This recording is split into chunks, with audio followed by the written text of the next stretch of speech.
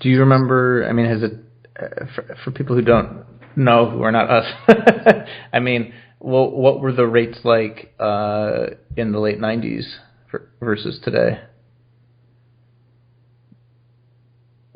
Probably about the same, maybe even a little bit more. Huh. Yeah. I had. I mean, there's a couple of people I've talked to who have written for the New York Times in the late '90s about games, and I think they were making like $2,000 a month. I don't know what that. I don't know, especially right now, how that converts to where you are. But yeah, I didn't work for anywhere that prestigious. Yeah, I don't know. I mean, I think obviously they pay a lot better than an average games magazine or website. Well, so I mean, this is something I often wonder about, which is just like, what types of things do you think could be better examined in the game industry? If the media, if the business models for media, were not broken, if the pay was better. I mean, what types of writing or topics or things do you think could we see being dug into, or does it not work that way? Well, I mean, it's sort of more, I guess, a feeling of what I would like to read about. I'd like to see a lot more on kind of, the challenges of development, sort of how decisions are made within the process of making games. I'd like to see a bit more on, games that have been out for a while, what's the culture around them. Look, that's covered to an extent. I'd like to see more personality kind of coverage. Although I guess, negative climate kind of slightly off-putting for the individuals, but, right. Where, people like Will Wright or so on, they're, I know games are complex, there's lots of people involved, it's, one person doesn't really make a game anymore, but I still think it's useful to have that figurehead, just like in movies, you have the director who becomes the face of the movie, the kind of bizarre of it. I think it would be great to get a bit more insight for that instead of someone going, it's got features X, Y, and Z. Sort of what's their personal vision for this game? Why have they gone down that road? So I would have liked to have pushed it more into there. I think we could look a bit more at, some of the politics behind it. Yeah, I think, if the business model wasn't broken, there'd be more room to try out new things. Some will work, some won't. But if the money's there to keep places going, then you don't have to worry so much about, well, every article must bring in X number of hits to bring in enough web ads. Yeah. I mean, is that even a thing where, like, the business model being broken matters? I mean, are these types of things that you think newcomers to the field of writing about games would be able to do? Yeah, I think, you can always go and do it. And, one of the great things of the web is there's, infinite space. So, potentially it can be published as well. I think, sustaining it and building it into something a bit more important and a bit more regular and, changing it from, a games media where we report on, what the latest press release is, essentially, and the latest releases. I think we could evolve it beyond that if the business model was less broken, because instead of doing it as one-off articles, you could go, well, actually, we're going to make this a bit of a theme, or we could see specialist game sites. I mean, game sites tend to try and cover everything, and you don't get many magazines that kind of go, well, or websites that go, we're going to cover every sport. You get a few, but then you get lots of specialist ones for individual sports. Why aren't there big, first-person shooter game sites? Or, because the audience is very diverse now. Why hasn't that segmentation happened? Because the sums don't add up. You need a big audience. I mean, you had said, it's an odd segue, but you had said sort of one of the things you were wondering about. I mean, you were mentioning how you were just sort of curious to know more about how marketing and just how publishers work in general. I mean, these are sort of the things I wonder about as well. But can you elaborate a little bit on that, about just sort of the things you wonder about and sort of Yeah. Well, yeah, go ahead. Yeah, I mean, marketing would be a fascinating thing to get a better understanding of. I mean, I don't think I've seen very much coverage on where marketing comes into the development of video games. How much the games is created from the developers, how much is driven by marketing going, we need to have this, or it needs to, include this. One example is, it seems to die down a little bit, or maybe I'm playing different games, but it seemed for a while that, every kind of, action adventure type game I played, you end up in a strip club at some moment, and it was just like, why? I mean, it just seemed, Mass Effect, we've ended up at a strip club. Why the hell are we in a strip club? There's no need for a strip club here. But I'm curious as to why that became so common. Is that marketing going, actually we've asked the audience, and the audience thinks strip clubs are cool for some reason, rather than the depressing, sleazy places they are. And therefore you've got to fit this in, or is it something in game developer culture where they think, actually, this is kind of what people do every day, which is far from the case, but maybe there's something in game developer culture. I'm curious as to, why games share those kind of similar traits, and, that's just one example, but, why have we all gone for this sort of brown, grey, kind of yellow, kind of dusty, kind of run-down look? Why are games not more colourful? And they're interesting questions to ask. And I don't know whether that comes from developers or whether that comes from marketing, but it would be an interesting area to look at. I'm interested in data as well. I mean, now the consoles are connected online and you've got Steam and so on. Games are feeding a lot of data about how we play back to the publishers. What's this data being used for? Are they learning things? Do people in Poland play differently from people in Italy? I mean, it might not mean anything, but it's an interesting question to ask. But it's something that I never really see talked about. Yeah, I mean, it's crazy to me because these are very straightforward, I think harmless questions, but I think.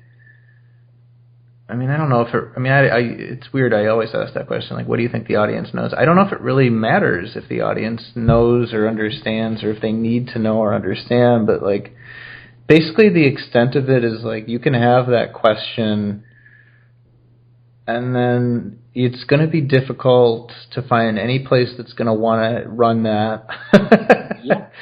And then on top of that, it's going to be even tougher to find... Like you said, it's going to be very hard to find a company that'll play ball. And I think the way it would work in other industries or other focuses of writing is you get the companies on board, and of course they're going to be up for it because they want the exposure or they love the opportunity to have their PR person talk to you and talk about all the interesting stuff they've been doing. But I mean, I think in games, sort of the one time, I mean, it's odd how unusual it is when you find people in the game industry who are willing to do that, who are willing to sort of go off book a little. I mean, doesn't that still feel incredibly rare? Yeah, and there's still kind of, it's a kind of tight grip that the companies have in terms of what they want let out when, it's very planned out. I think you mentioned at some point, what was it, kind of someone asking about a day-night cycle in a game at some press event. And, yeah. And basically some PR interjecting, we're not talking about that. I mean, it's an innocuous question. Obviously their PR plan said, we're going to announce this day-night cycle in 2 months' time. But, I mean, this is the thing, it gets very... they've decided already what they want people to see, and anything outside that, no, we've got to stop them. So it gets very hard to talk about things that are a little more sensitive, what you've learned from your data. Yeah, I guess some of that's commercially sensitive. You might not want your rivals knowing about that. How much influence marketing has on the development process? Well, even if it's really small, just having any might just cause the fan base to be in uproar that marketing is kind of twisting their game.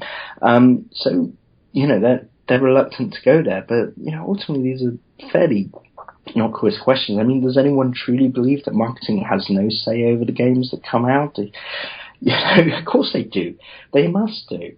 They're the people who've got to market and sell that game, and they've got to be involved in that. A company like Activision's not going to hire a bunch of developers and say, here's $100 million, go off and make what you want, and we'll try and sell it afterwards. Of course they're involved. They're involved in everything. Even on the indie level, people are thinking about marketing. This is how business works. But I don't know. It's okay. I mean, I had floated your question earlier this morning on Twitter about strip clubs and games, just because I was curious. So I tweeted an excerpt with just that sentence highlighted in the email. Yeah. I didn't tweet your email address or anything like that, but although I think you have it up. I just sort of asked, and I tagged 3 people who I've talked to for this before, who I know have sort of, worked in the industry in a capacity where they would be able to sort of speak knowledgeably about it. And so, I sort of asked, is this marketing people that are sort of forcing it in? Is this just exactly what you said. Yeah. And so if nothing else, I'm curious to hear hear what you think about these answers I was told, which is it's sort of an extension of the facile, gritty realism that's in a lot of crime settings.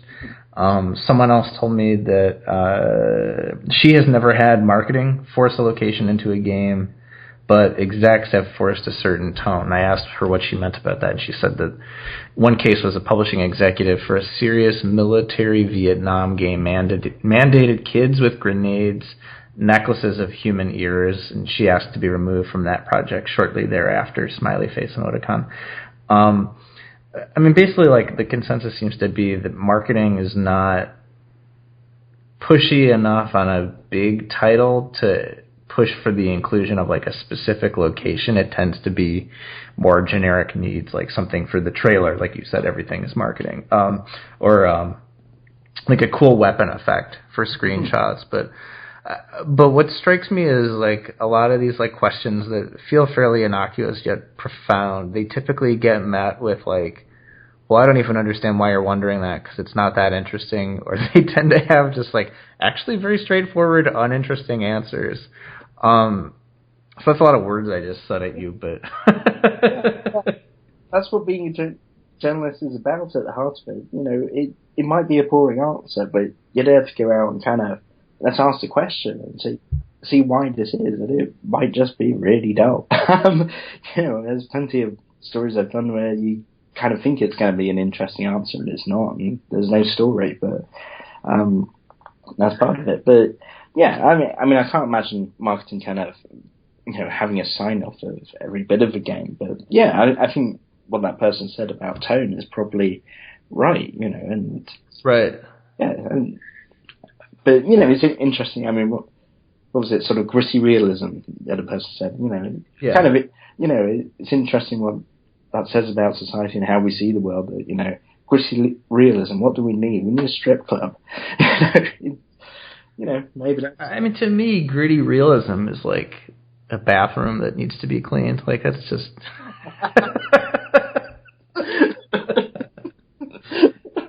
For me, that's what comes to mind. What is the term gritty realism? Maybe I already painted my answer pool here, but what does that bring to mind for you?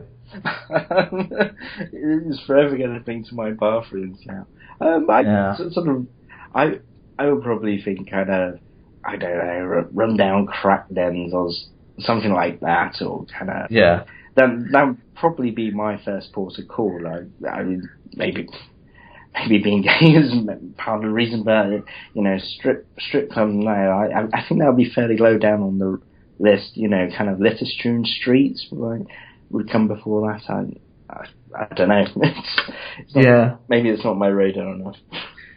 I mean, I've heard it said. I recently played Gone Home. And I don't know if you've played that, but I interviewed a YA novelist a couple months ago, but it went up a couple weeks ago.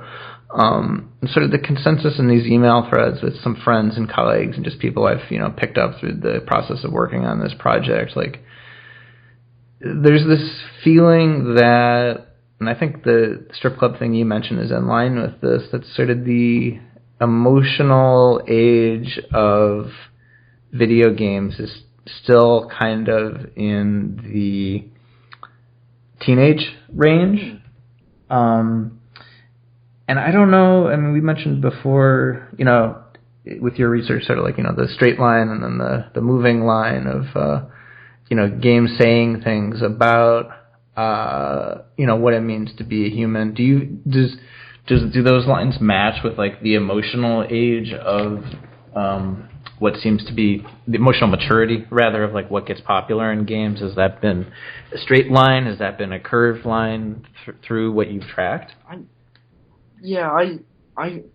think it's been wedded to that kind of I guess it's different here, but sort of what I would think of as a 17-year-old, sort of in the UK, 18 is sort of the age of majority. I think it's 21 in the US, isn't it?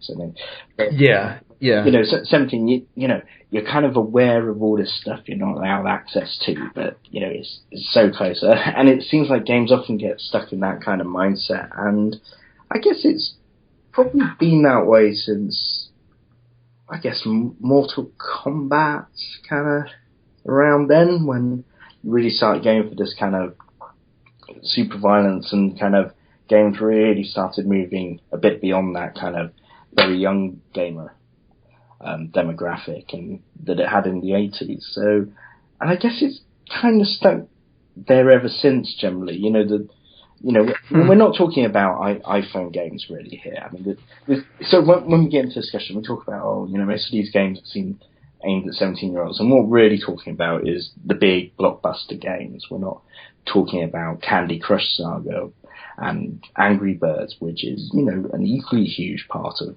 that could be the definition of what a game is quite easily. We're not really talking about You've Gone Home. So I guess in a way, sort of, games culture is still talking about the big console games as being the definition of what gaming is. And of course, it's not anymore. It's widened out so much more. But we're still in this mentality where Call of Duty is, the defining game, or Grand Theft Auto, and they're big, important games, but, so is Candy Crush Saga, and it's not going to rock the boat of hardcore gamers, but you can't deny it's huge, and people love it. Same with Bejeweled. So do you think these types of, do you think that's like a moot question to ask about the emotional maturity? Is it more, or do you think is that more indicative of the person asserting that and sort of where they're looking? Because I know that there are a great deal of, there's Twine games and there's tons of games on Itch and there's lots of other things, all over the place. But my sort of party line is just sort of like, okay, well, how are people supposed to find out about that, and how is that supposed to ripple out? Because I don't think that, like, because that's sort of always been a thing with games since the beginning of game culture too, right? Where like it's sort of this tight-fisted thing, only perceived as being for that one group, or that the small group. But maybe that's just sort of the way subcultures work in general. But I think you're right. That is a problem. Those relatively few games that do appeal to that older emotional range. You only really know about them if you're already kind of pretty into your games.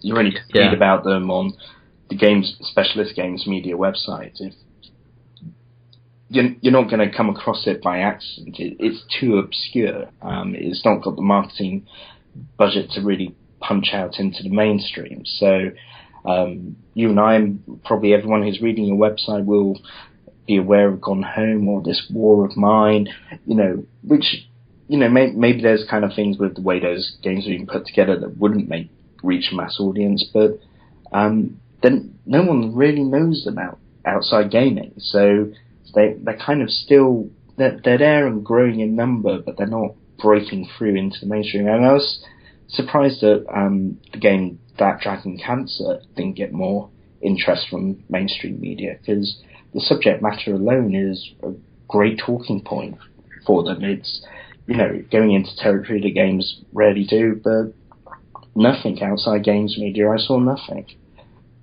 Well, and then even inside games media, that game had an unfortunate case of it didn't seem game-like enough, so they didn't make much money. Yeah. Do you remember this? Yeah, but in a way, the audience who would really have gone for it weren't the gamers. But of course, it had no way to reach the non-gamers without trying to go through the gamers first, and because it's a walking simulator or whatever term of abuse they wanted to lob at it, it's not going to have that opportunity. So, what is that even a bridgeable thing, you think? I mean, it's so weird because there will be a thing like a Warcraft movie, right? Yeah. And I don't know that necessarily is going to be a thing that bridges the gap. Maybe in like a Chinese water torture type way, where it's like that's going to be a massive drop down on whatever is going to wear down this barrier that's here, imagined or otherwise. But I see a thing like a Warcraft movie, and people are sort of actively rooting for it to fail on either side of this divide. I mean, there was a couple pieces in Deadline where people were hoping that the movie wouldn't be too popular because they didn't want to see it influence movies in the way, ironically, that movies has already influenced video games.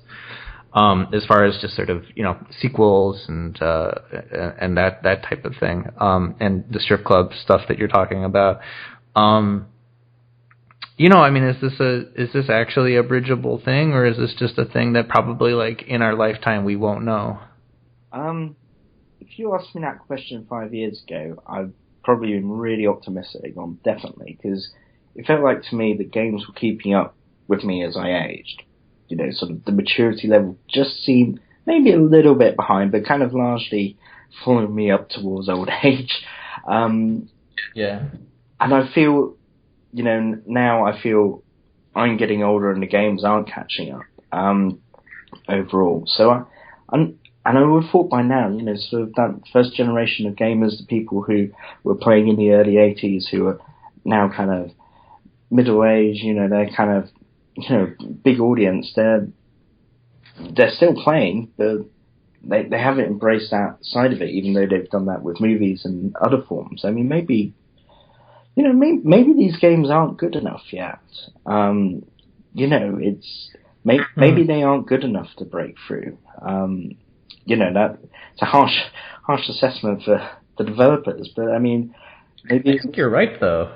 Yeah, I mean, maybe it will take something that is just truly stunning as a game before people will listen and think of games in that way. It needs a Grand Theft Auto kind of to break it out. It's hard to know because I can't see the marketing money, coming in to do it. So it's going to have to be a great game experience that really wins people over in a big way. And I guess, On Home and the rest of them, they're too rough around the edges to do that. There's something that I continually think, I don't know if I've really talked about this before, at least in an interview, but I do just get this feeling perpetually that the bar is just incredibly low for the things that people tout or champion or celebrate. And it's not that I'm saying that people have poor taste, but I think that there's sort of a reluctance to assert the thing that you sort of painfully, I extracted from you, which is maybe they aren't good enough yet. I mean, maybe that's. I think about I look at things like how low paying writing about this stuff is, and that's sort of like one way to sort of hold the feet to the fire. But there are a lot of ripples out in a lot of different directions of like reasons why people have to either not care or to not look. And I think that would have to make sense that like it has to radiate out from the core, right? It's not that like it doesn't matter like how impassioned you can make the case for like that there's depth there. But if it's like if it's not easily discernible, then is it really there? Yeah. You know what I mean? Yeah, quite. I mean, I never got Braid. It never happened for me. The hidden depths of it just didn't come across for me. I guess that maybe I'm too dumb to get it, or maybe I just didn't really put enough into it. But it does happen, and I had in this kind of topic, I actually have a little bit of sympathy with, I suppose, people who would identify with the gamer grade crowd. I suppose a lot of time it does feel like the game media is going, look, this game shows we can be better, we can do more topics, it's great, and you buy it, and it's nice that it's doing it, but it's not that great. So I kind of feel like it forced a little bit to kind of flag up that this is the great future. And, I'm guilty of that. To the moon. I love To the Moon. I can see why lots of people would think, no, why is this guy recommending this trash? I can see why they would feel that, because there's almost no game to it, and it's very basic, and it's a little ugly. But I really enjoyed it. But I can see why, if you don't have much money and you've had a game site kind of going, this is, best thing since sliced bread, and you buy it, and it's like, oh, is that it? I can see why you'd be disappointed. I mean, it's interesting because I do feel like, this is a weird other question about it. It's worth asking about, the things that do seem to get popular. I mean, why do they seem to get popular? Because there does seem to be, but I think this is probably true in any critical or media circle, where it's like, there's like a lockstep sort of elbow in ribs, like we're all agreeing we like this thing, right? Like I think BioShock Infinite is an example where there's been enough time passed where I think people are willing to talk about, okay, maybe it's not as good as they thought it was. But I think that people are even more reluctant to do that with games from, I don't even know if you would call Jonathan Blow a smaller developer, because obviously he's not a household name, but he is certainly, I think he is able to do what he wants, and I think that is super rare. But I mean, what do you notice about like the things that get popular, and why that seems to be? I think it's about a lot of it. I mean, obviously marketing and budget. Let's take that out of the equation. Right. That it comes down to timing, and Braid, like God of Goo, was the right good game at the right time. It was just there as the kind of technology and distribution to make indie gaming big happened. And you can look at it like Guitar Hero, that caught the zeitgeist at the right moment, and then fizzled out. It only works for so long. So I think a lot of it's kind of timing. So, Guitar Hero, when did it start? Kind of in the mid-noughties, was great. It was perfect. By 2010, it was a bit like, nah, we're not that interested. So I think a lot of time it's about being in the right place at the right time, and you can't engineer that. That essentially it's luck. Coming and offering the right product when people feel like, well, I want something a bit different, and here it is. And that's unfair in a way on the 5 people who did that thing before them, but were just too early, or the 5 people who do it after them who've come too late. That's just the way of the world.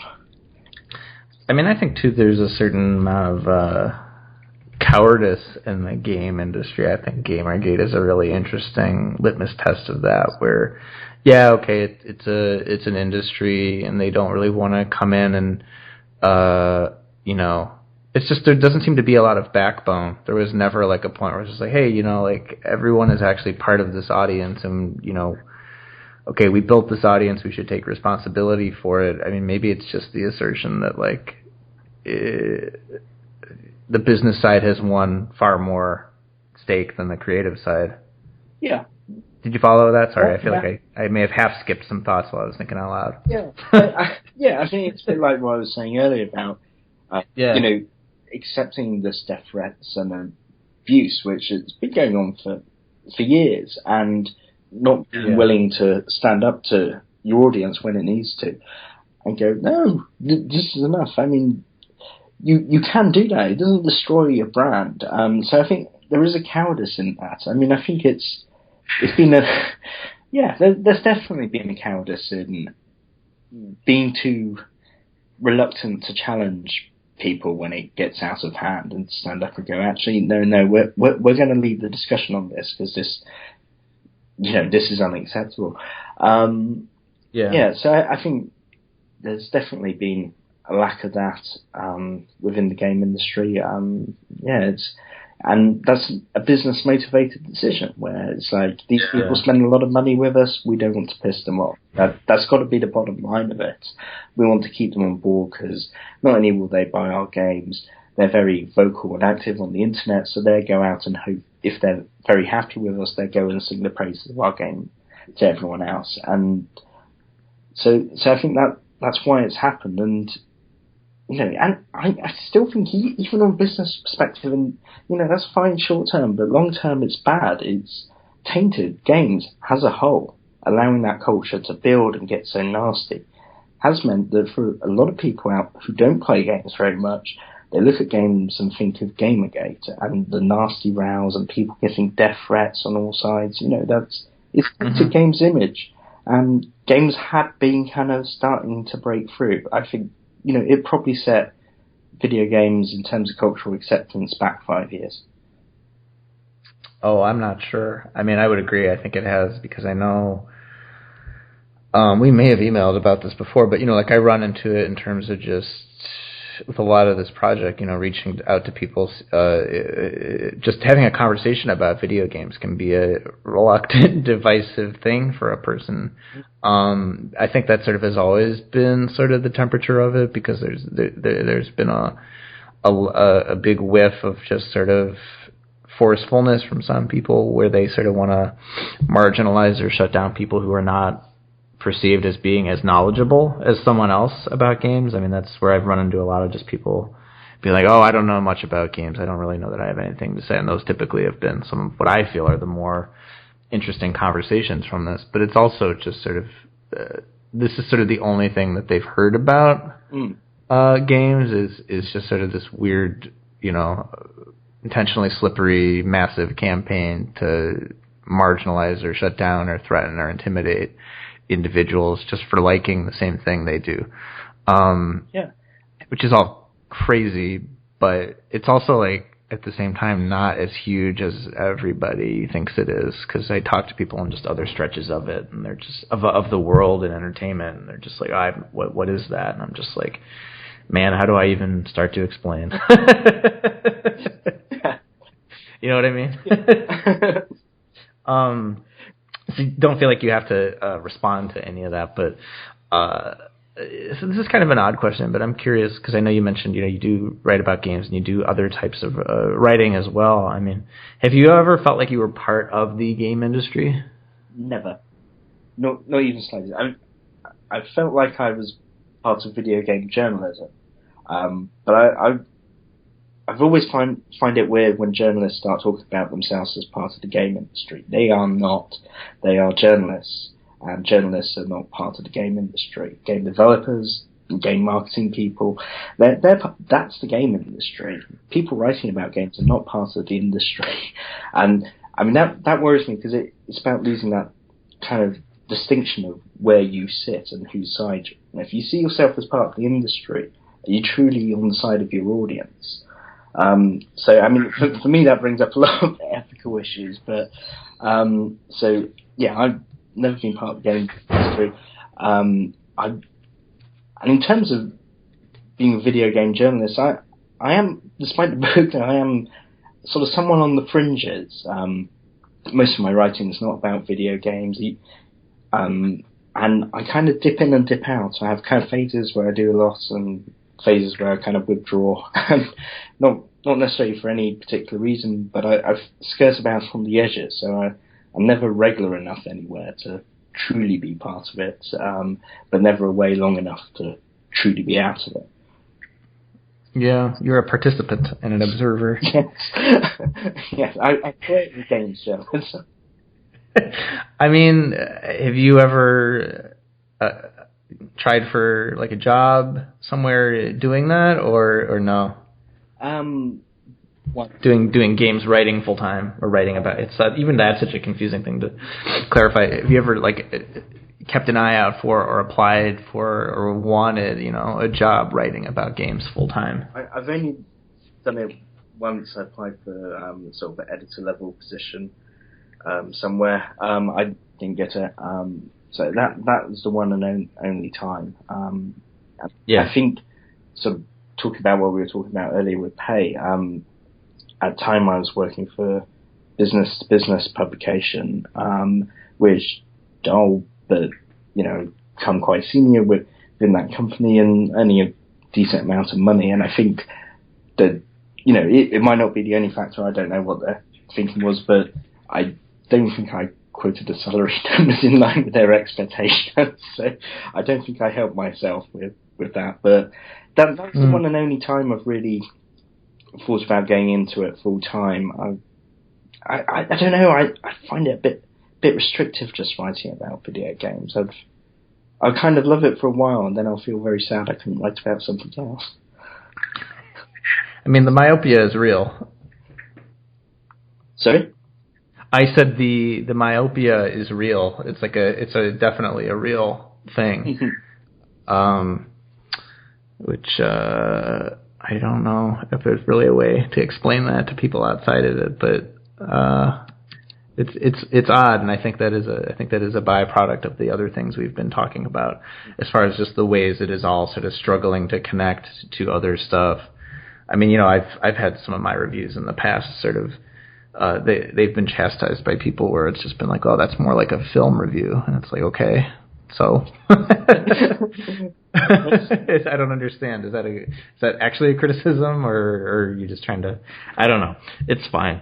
Okay, well, I just have one more question here for you. Unless is there something you wanted to pose to me, or something we didn't get into that you were hoping we would? No, I'm good to go with the question. Okay, sure. So you've probably seen this question before. It's intentionally broad. You may go wherever you want to with it, or you may go as few places as you want to with it. What do you think video games have accomplished? Oh, God. Well, I think they've accomplished creating, I think they've been sort of, I guess in a way that historically the training wheels for this move to a more interactive experience that we have. So, when the video games merged, you had your TV set, and what came out of it was what was broadcast at you and radio. I think video games were the first thing where, consumers truly started to have interaction. So I think that was one of their biggest achievements. I think in technology terms, they've helped pave the way for a lot of new technology coming in. 3D graphics cards, which are powering all kinds of things, including neural networks for AI. That would never have happened if it wasn't for video games. DVD players probably wouldn't taken off to the extent they did without PlayStation 2. So there's lots of stuff like that. These are the kind of achievements you're looking for? Oh, I'm not looking for anything specific. I'm just...